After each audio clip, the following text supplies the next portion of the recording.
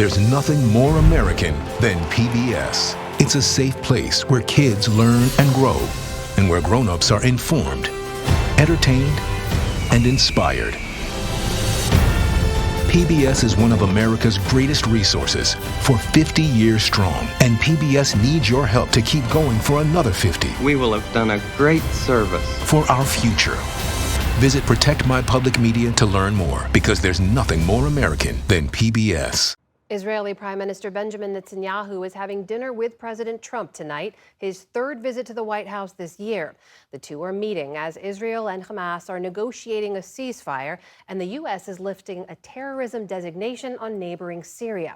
Nick Schifrin's been covering all this for us. He joins us now. So, Nick, give us the latest status on these Gaza ceasefire talks. Israel and Hamas officials are back in Doha, and U.S. and Israeli officials tell me that the deal on the table is for ceasefire for 60 days. Hamas had been demanding a formal end of the war, but the officials tell me Hamas agreed to sit at the table in Doha thanks to two key adjustments. The first, Hamas would stagger the release of 10 living Israeli hostages and the bodies of 18 deceased Israeli hostages, so that the final release of Israeli hostages wouldn't be until day 50. That's in response to Israel breaking the previous ceasefire deal. The second key adjustment is that while the proposal does not guarantee the end of the war, what it does is provides personal guarantees from President Trump. The text includes the lines, President Trump guarantees Israeli compliance for the full duration, and, quote, the United States and President Trump are committed to working to ensure that negotiations continue in good faith until a final agreement is reached. Finally, Israel would redeploy to buffer zones in northern Gaza on day 1, to southern Gaza on day 2. It would release Palestinian detainees, and it would allow for a humanitarian surge both to the United Nations and the U.S.-backed Gaza Humanitarian Foundation.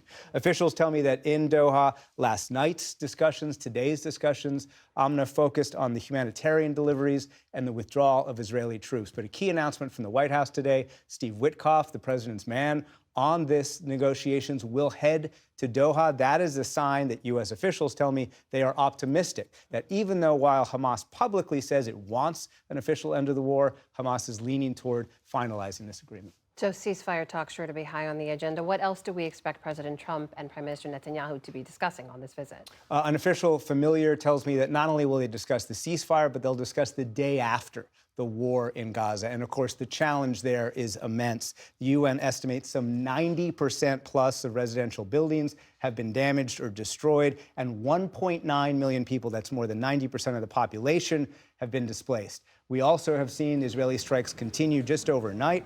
Palestinians say a strike on a clinic sheltering the displaced in Gaza City. You see the aftermath there, killed at least 6. The Israeli military says in total it struck about 130 sites related to Hamas just in the last few days. An official familiar tells me that on the one hand, President Trump knows that in order to make progress on one of the key priorities that he has in the region, normalization agreements with Israel, Abraham Accords, that he needs to have the end of the war and some kind of day after plan.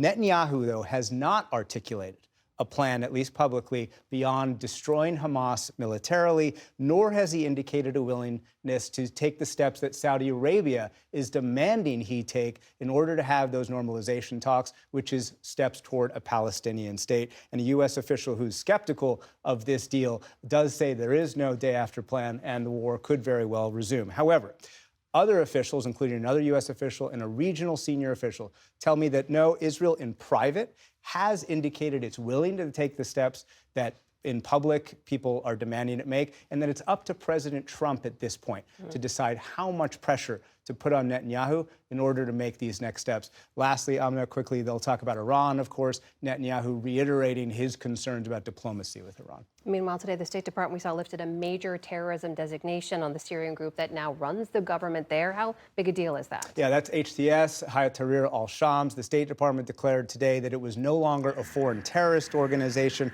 Of course, HTS was once affiliated with al-Qaeda, but broke with them before taking over Syria, and the former head, you see right there, now Ahmed al-Sharaa, is now, of course, the president of Syria. Today, Secretary of State Marco Rubio said he was lifting the designation because, quote, the positive actions taken by the new Syrian government led by al-Shura.